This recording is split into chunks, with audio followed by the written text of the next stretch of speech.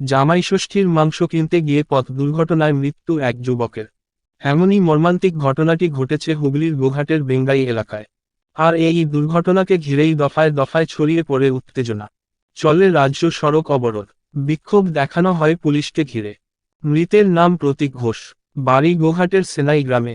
জানা গেছে, বাড়িতে দিদি জামাইবাবু আসবে, সেই আনন্দে বুধবার সকালে জামাইষষ্ঠীর মাংস কিনতে বাইকে করে বেরিয়েছিল প্রতীক। বেঙ্গাই এলাকায় মাংসের দোকানে দাঁড়িয়ে থাকা অবস্থায় হঠাৎ উল্টো দিক থেকে আসা কতুলপুরগামী একটি লরি তাকে ধাক্কা মারে, একেবারে পিষে দেয় তাকে। ঘটনাস্থলেই মৃত্যু হয় তার। রক্তাক্ত মৃতদেহ বেশ কিছুক্ষণ ধরে রাস্তাতেই পড়ে থাকতে দেখে প্রতিবাদের নামে স্থানীয়রা প্রথমে অবরোধ করে বিষ্ণুপুর আরামবাগ রাজ্য সড়ক।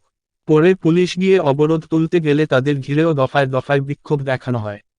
একদিকে ঘটনাস্থলে দেরিতে যাওয়া, অন্যদিকে ট্রাফিক ব্যবস্থা উন্নত করার দাবি, পাশাপাশি মৃতের পরিবারের ক্ষতিপূরণের দাবি তুলে বিক্ষোভ দেখায়। বিক্ষোভ ও অবরোধের জেরে প্রায় ঘণ্টা দেড়েক যান চলাচল বন্ধ হয়ে যায় আরামবাগ বিষ্ণুপুর রাজ্য সড়কে। পরে পুলিশের আশ্বাসে উঠে অবরোধ। পুলিশ ময়নাতদন্তের জন্য মৃতদেহটি উদ্ধার করার পাশাপাশি ঘাতক লরিটি আটক করেছে, যদিও চালক পলাতক।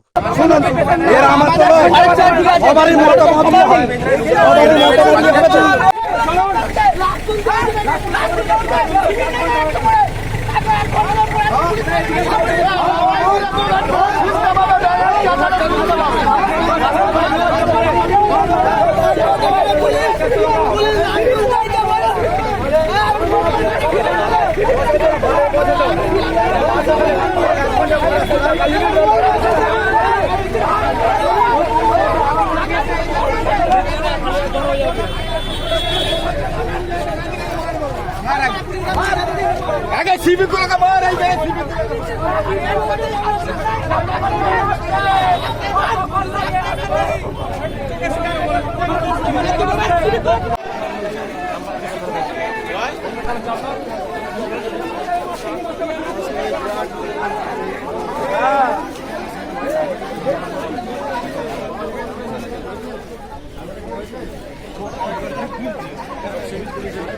धरे जे लड़ी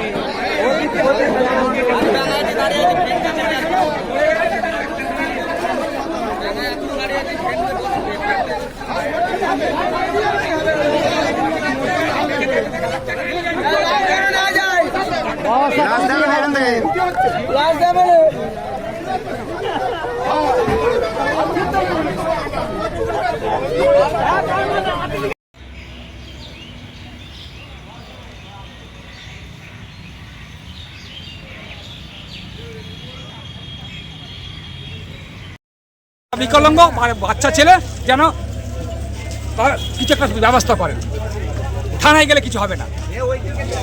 ছেলে মোটরসাইকেলে নিয়ে এসেছিল, অ্যাক্সিডেন্ট হয়েছে।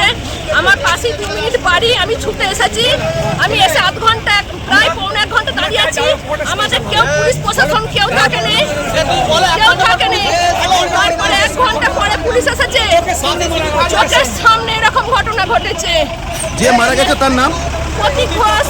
আপনার কি হয়? আমার ভাসুরপো, নিজের ভাসুরপো। এখন আপনারা অবরোধ কেন করেছিলেন? আমরা অপরাধ করেছি, ফয়সালা হোক, এখানে বিচার হবে, থানায় আমি যাবনি।